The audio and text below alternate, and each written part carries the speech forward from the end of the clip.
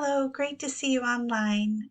This is the third video for a series in preparing for dosage calculations, and today we're talking about multiplication. So the first two we talked about adding and subtracting, and now we're talking about multiplying three-digit numbers just by one digit today. But when you hear multiplication, when you haven't done it for a long time, sometimes it can be a little nerve-wracking. So, and others, they'll whiz right through it without even thinking about it. But let's just talk about what the steps are so we can remember. When we multiply, the first thing that we start with here is we want to make sure that we multiply the number in the ones column.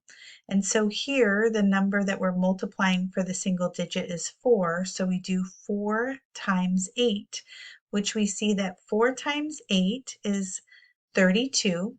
And then we carry that 3 over. I'm going to see if it'll let me do this here. If I want to, we'll see.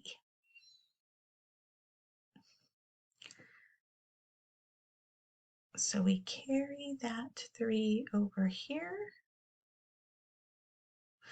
And we know that it's 32, so we have the 2 here, and we move over here. So I'm going to put that 3 here.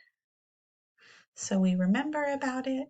So we said it was 32, carry the 3. So the next one, we say 4 times 2, which is 8, and then we add 3, so that becomes 11.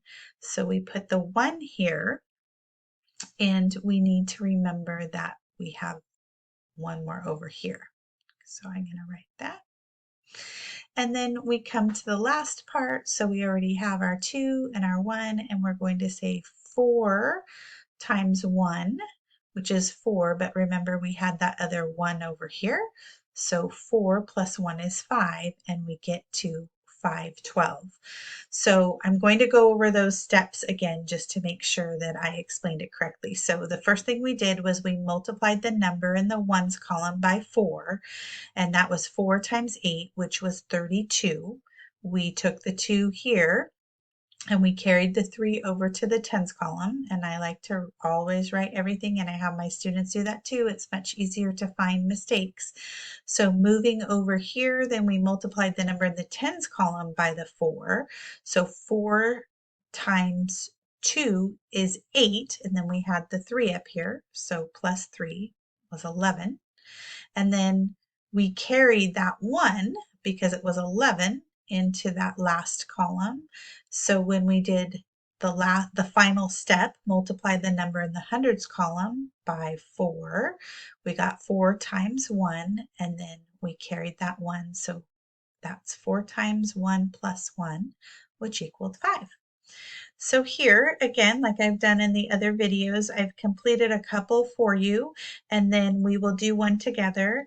And the math packet is available to download. There's a link to download the full math packet so you can follow along as we go step by step.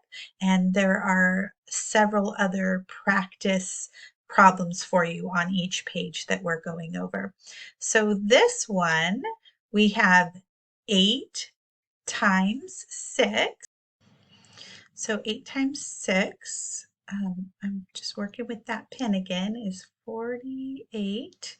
So we need to make sure that we remember that we carried that 4. So now we have 6 times 0. And 6 times 0 is, good, it's 0. So then we do 0 plus 4, and we bring the 4 down. And then we move along to 6 times 4, which is 24. So we want to write the 24. Yay, I did it with my pen.